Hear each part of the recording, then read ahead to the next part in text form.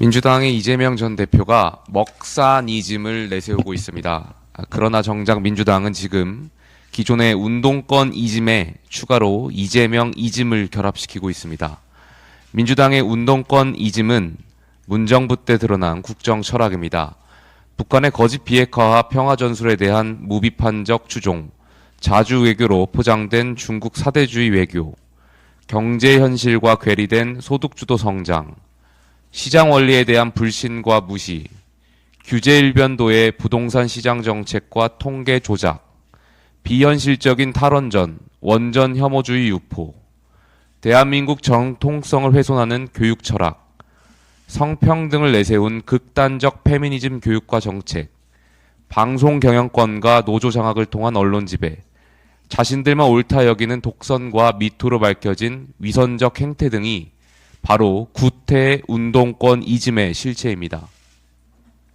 국민들은 이러한 민주당의 시대착오적인 국정 운영에 대해 세 차례의 선거로 심판해 주셨고, 경제와 안보에서 균형된 정책 기조의 회복과 공정한 법치에 대한 국민 열망으로 지금의 윤석열 정부가 탄생할 수 있었습니다.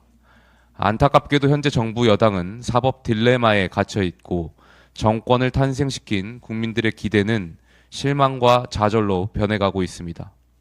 그런데 민주당은 비판과 견제라는 야당 본연의 역할을 넘어 지금 현 정부에 대한 국민의 불신을 극대화하면서 문정부의 운동권 이즘보다 더 허구적인 이재명 이즘을 만들어내고 있습니다. 1인이 당이 의회를 넘어 국가를 지배하는 체제 변형을 시도할 것입니다.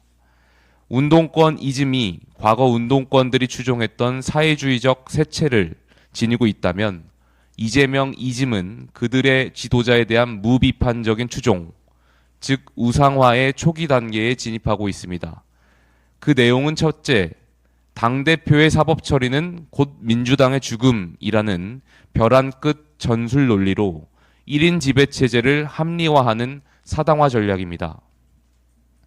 총선 과정에서 비판 세력을 비상식적인 방법으로 제거할 수 있었던 것도 이재명이 죽으면 민주당도 죽는다라는 논리였습니다. 오래지 않아 이재명 전 대표에 대한 민주공화국의 사법 판결이 줄지어 나올 것입니다. 민주당은 지지층 이탈을 방지하기 위해 합리적 의심마저 죄악시하는 이재명 절대 노선, 개인 우상화 단계에 진입하게 될 것입니다. 둘째, 이재명 팬덤으로 포장된 개딸 부대의 당 장악입니다. 소위 개딸은 전 국민의 극히 일부에 불과합니다. 그러나 이들 개딸의 입맛에 맞지 않는 민주당 정치인들은 좌표가 찍혀 폭탄 문자에 시달리고 신상 조리돌림을 당합니다. SNS 매체와 여론조사 선거는 팬덤 정치의 놀이터가 되었습니다. 현대 정치에서 극단적 소수자들은 경선 여론조사 같은 응답률 5% 정도로 참여율이 낮은 선거에서 자신들의 영향력을 극대화합니다. 유튜브 조회수나 국민청원 참여 같은 일반적인 여론을 보여주는 창구 역시 이들의 주된 공략 대상입니다. 극단적 소수자로 당을 지배하고 당이 의회를 장악하고 국가기관을 종속시키는 전략이 이재명 이즘의 핵심 정치 공학입니다. 셋째, 어려운 서민들의 심정을 이용하여 먹사니즘으로 포장한 악성 포퓰리즘입니다. 포퓰리즘 중에서도 악성인 이유는 국가의 돈을 풀었다 당겼다 없이 계속 푸는 정책이기 때문입니다. 이재명 이즘은 세상에 공짜는 없다는 상식을 부정하고 있습니다.